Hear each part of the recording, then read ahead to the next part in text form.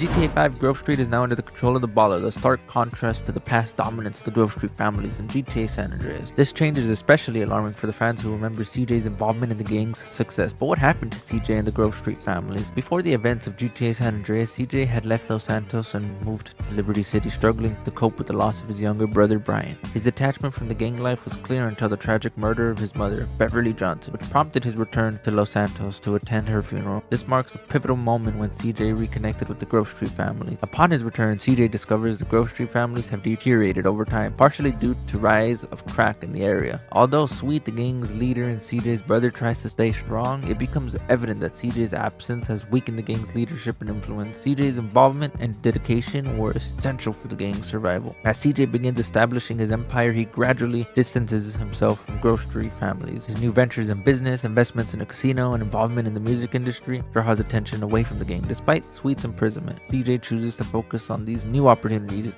indicating his shifting priorities. In a crucial mission titled Homecoming, CJ picks up Sweet from a prison. Upon his release, Sweet questions CJ's commitment to the gang and expresses his desire to return to their roots. However, CJ is focused on their new mansion and business opportunities, leading to a clear divide between the brothers' visions for the future. Despite Sweet's instant, CJ only reluctantly agrees to help reclaim Grove Street from the Ballas. As the game progresses, CJ becomes Mad Dog's manager, seemingly leaving the gang life behind. Fast forward to GTA 5 set in 2013, and it's clear that the Ballas have taken control of Grove Street, with the original families nowhere to be found. In GTA 5, characters Franklin and Lamar reference Grove Street as a former family territory. You know Grove Street used to be family hood.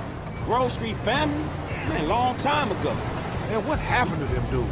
Indicating that something major happened between 1992 and the early 2000s. During one conversation, they speculate that the former members of the Grove Street families have either become successful or have left gang life entirely, living in suburban areas. Throughout GTA 4 and GTA 5, various Easter eggs hint at CJ's continued existence. In GTA 4, a billboard in Liberty City shows CJ endorsing a luxury clothing brand, suggesting his rise in the business world. Additionally, a book in Lester's house features CJ's face with a target over it, implying that he was once a significant figure. Other hints like CJ branded toothpaste in Franklin's house further tease his legacy. However, a mysterious NPC conversation in GTA 5 throws everything into question. A character refers to OG Johnson being in a bad situation. You know OG Johnson is gutter as a motherfucker. Suggesting that CJ or Sweet might be living poorly, homeless, or even dead. The term OG points to either of the Johnson brothers, hinting at a tragic downfall. If this reference is about Sweet, it raises questions about whether CJ abandoned him or if Sweet chose a different path.